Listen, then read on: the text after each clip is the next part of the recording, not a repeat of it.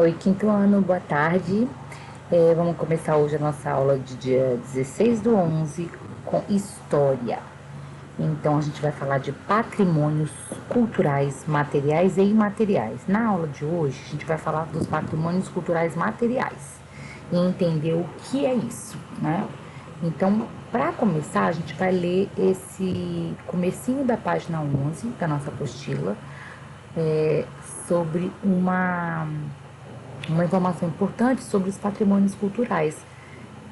A gente pensa, né, que patrimônio cultural é tudo aquilo que foi feito no passado ou que está nos museus. E a gente precisa entender que não só isso é patrimônio cultural. O que foi feito no passado, o que está nos museus, também fazem parte do patrimônio cultural. Mas, além disso, a gente também tem as nossas heranças culturais, né? As, a história que forma a nossa vida e o nosso povo também, muitas coisas fazem parte do patrimônio cultural da humanidade e brasileiro. E aí a gente vai entender um pouco o que são os patrimônios culturais materiais, né? Aqui nesse subtítulo a gente tem a explicação. Um patrimônio cultural material se caracteriza por aquilo que pode ser tocado, ou seja, que existe mesmo, né? Que a gente enxerga com a nossa visão e que a gente toca com as nossas mãos. Então, o que são exemplos de patrimônios culturais materiais? Construções históricas, paisagens naturais, sítios arqueológicos, que são aqueles locais em que os arqueólogos fazem escavações e acabam encontrando vestígios de uma população dos nossos antepassados, né? As cartas, nós temos aqui o nosso exemplo da carta de Pero Vaz Caminha, que foi o primeiro registro escrito que Portugal recebeu da existência dessas terras quando os portugueses atracaram, né, nas terras brasileiras. Temos também objetos de coleções privadas ou de coleções de museus, obras de arte, pintura, escultura, né, os filmes do cinema, as fotografias e outras coisas. Então aqui a gente tem alguns exemplos de patrimônios culturais materiais no mundo. E alguns exemplos, tem essa escultura que foi feita por um artista chamado Rodin, uma escultura chamada O Pensador. Ela foi tombada como patrimônio cultural da humanidade. Temos essa esfinge, né, que é uma construção típica do Antigo Egito, onde o corpo lembra um animal e a cabeça seria a cabeça do faraó. Temos aqui um desenhozinho do sítio arqueológico, o que seria um filme de cinema, uma carta, armaduras medievais, obras de arte também aqui, ó, obras de artes, utensílios utilizados na Grécia, né, da antiguidade, e isso daqui seria um ambiente natural, que são corais, né? Então esses são os exemplos de patrimônio material que a gente pode encontrar. E aí, como que a gente sabe que um objeto, ou uma construção, ou um monumento, se foi considerado um patrimônio cultural da humanidade? Então, a Organização das Nações Unidas para a Educação, a Ciência e a Cultura, que a gente conhece como Unesco, né, ela é quem define, né, então as Nações Unidas definem o que pode ser considerado patrimônio cultural. Tá? E aqui ó, a gente tem um exemplo no mundo e um exemplo no Brasil. Vocês podem ler o RA, que também tem outros exemplos, mas esses dois, né, são grandes exemplos de patrimônio material no mundo e no Brasil. Esse do lado esquerdo é a muralha da China. Né? Então, a Grande Muralha da China tem mais de 20 mil quilômetros de extensão. É a maior muralha já construída e foi um sistema de defesa que protegeu a China contra invasores por centenas de anos. Aqui a gente tem o Centro Histórico de Salvador, na Bahia, que foi considerado patrimônio cultural material da humanidade, porque nesse local são encontradas moradias, igrejas e ruas, né, do período do Brasil colonial, que foi quando Portugal chegou nas nossas terras.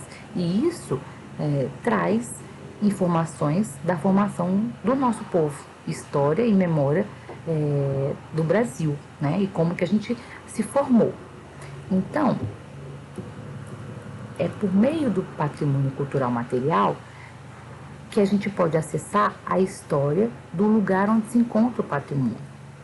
Como exemplo, a gente fala lá do Centro Histórico de Salvador, que a gente pode entender, compreender e conhecer a história da formação do Brasil, certo?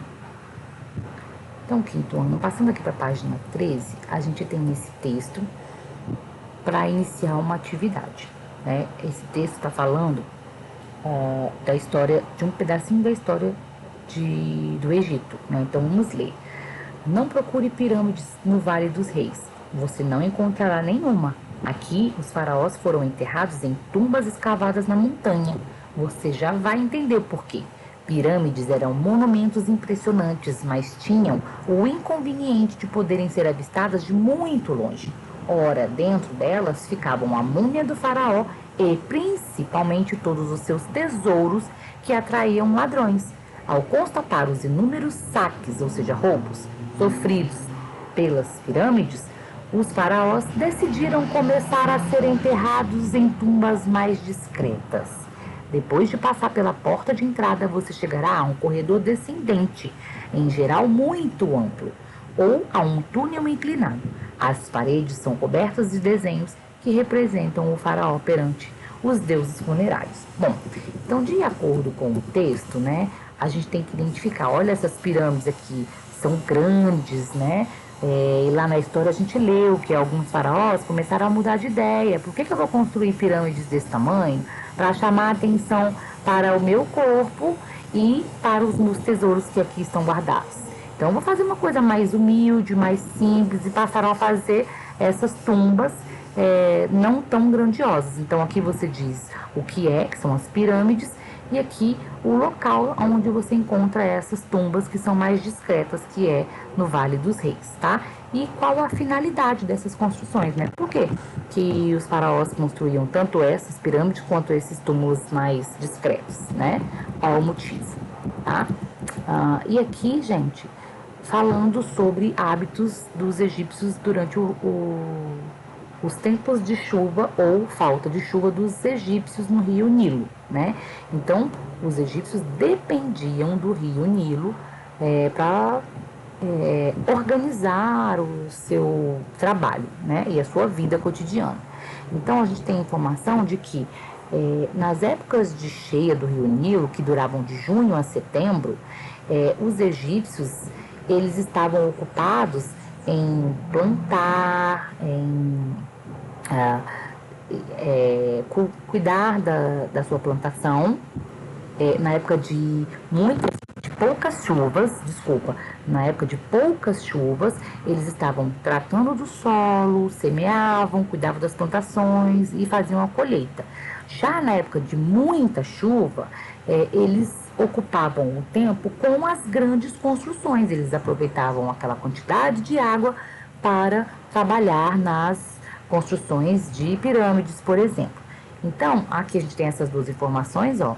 Qual é a época do ano que o rio Nilo tinha muita água e qual é a época do ano que o rio Nilo tinha pouca água, tá? Então, de junho a setembro, ele tinha muita água, era a época de cheia, chovia muito.